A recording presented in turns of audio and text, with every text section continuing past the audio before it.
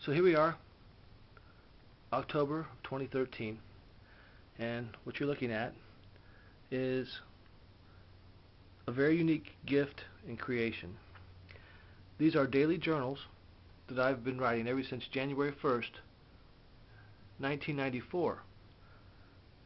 As we anticipated the birth of our first child, Blake, in July of 1994, I wanted to offer them a unique gift.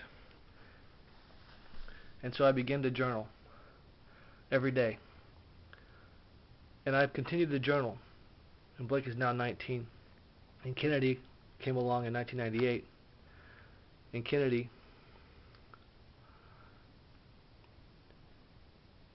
is now a second journal. So what I did was, I just started writing down the really good things that went on in our life with our brand new baby. And I recorded those things. And then every day I would type on my computer. And about an hour and a half, sometimes, it depends on what was going on. And one thing led to another, and what was kind of a diary, an open diary, nothing personal, nothing too crazy, everything pretty good stuff, mostly nice events, I began to record. And as time went on, I did enhance the diaries. When I first started, they were just journals with a date on them, and you had no idea what was in that page, or that entry. And there's 2003. And then, as time passed, 2004, as time passed, I started enhancing the journals. I had to use smaller font because my journals were getting thicker and thicker because the kids were doing more and more stuff. And I had to make them thinner so I could bind them together in a reasonable manner. 2005. So as time's gone on, the journals have evolved, and where they're at right now, I'm really happy with. It's been a few years back, but I had a friend that told me about how her grandmother used to journal every day, and she would always write the date of the week, and the weather. Pardon me, 2007. And the hardest thing about journaling is the commitment to it. You know, like I said, some days I can tell you I've typed for 2 hours. But there's all kinds of stuff that went on with these journals, and I understand something about the journal that's so unique. I've never read them. I write them every day, and I still write them till even right now. I wrote this morning. The hardest part about the journal, other than keeping it on it, was when Kennedy came along. How was I going to make another journal? Because when Blake was here, from 1997 to 1994 to 1997, it was easy. I really didn't have to worry about another journal or another person. I wrote a little bit about our family. I wrote a little bit about our happenings, and of course whatever the kids did. Whether at that time was back in the early days, was learning to walk. It was riding a bike for the first time. It was the first Christmas, Easter, Halloween, Thanksgiving. But then things began to change, and the kids grew, and they went into sports and dance and all those activities, and friends became more important. And so I had to come up with a second journal in 1998. I had 4 years of practice, and so after 1997, the journals all began to double. And today is the very first time in all the years I've had the journals.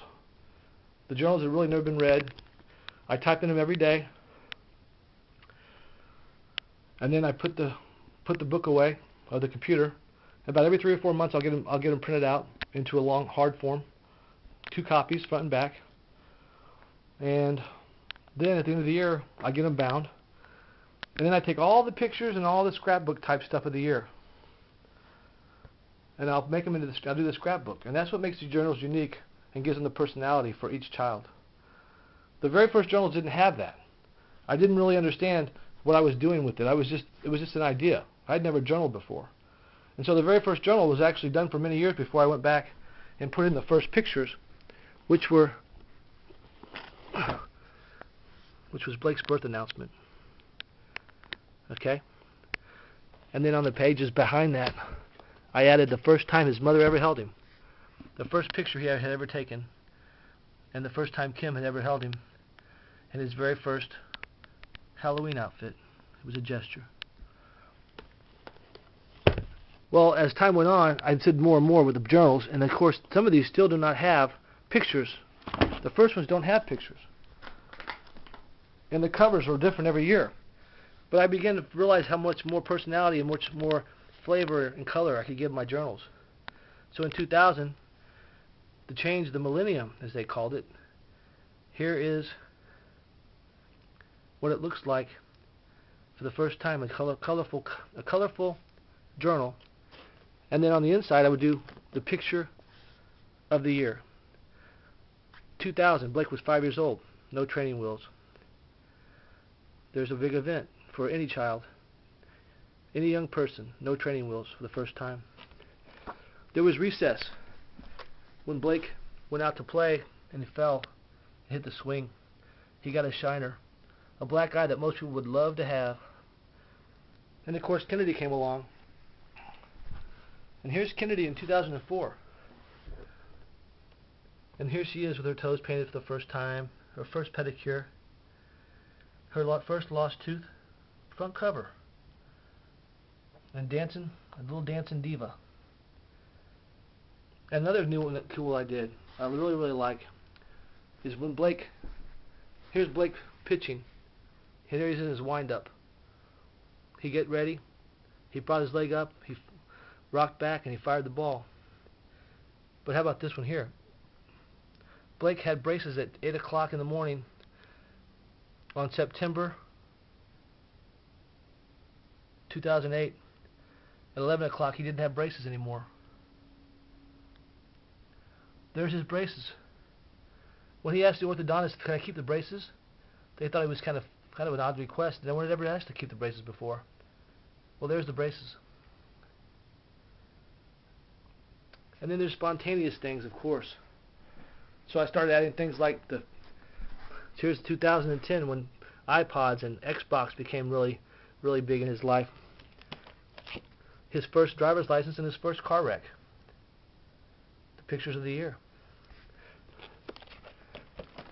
How about the fact he became an Eagle Scout? From learning how to ride a bike without training wheels to an Eagle Scout. Or maybe clearing 10 feet in pole vault for the first time. So anyway, I've never taken this video before. I've never shown these to anyone. It's not a private thing, and it's a very personal thing, but there's nothing too personal. I wrote the journals based on the fact that anyone could open the journals and read the journals. And so there you are. 1994, 1995, 6, 7, 8, all the way up to 2012. I just printed these yesterday. And there's Kennedy's braces. Right there. And Blake, our beautiful young man Blake, 19. His college search. Where would he choose? Arkansas, Pitt State, Oklahoma State University, K-State, KU. I mean, it just goes on and on. The thing I always said about life, people, everyone remembers the big events, the birthdays, the anniversaries, the graduations, but it's the little things that make up life. It's the little things that happen between the big events. And all those little things are recorded in these journals. A gift to my children. A very unique gift that I hope to pass on to them that they will cherish. I don't know how long I will journal, because Blake moved out this last August, and all of a sudden there's not a spot in the journal for Blake anymore. Not the daily entry. When Blake calls me, I jot it down, I make a note, and I put an entry in that journal. But for the first time since 1994, Blake is no longer part of the daily journal, because that's what happens in life. We move on. So there you have it. I really hope you appreciate it, guys. I've worked really hard on these. I'm just trying to give you an idea of what you can do when you put your mind to it, and the gift that you can create. Each of these is a unique, one of a kind. And I would tell you that when they are read by different people, they get tears in their eyes, and they look at me and say, "Wow, I wish I'd done that." Thank you.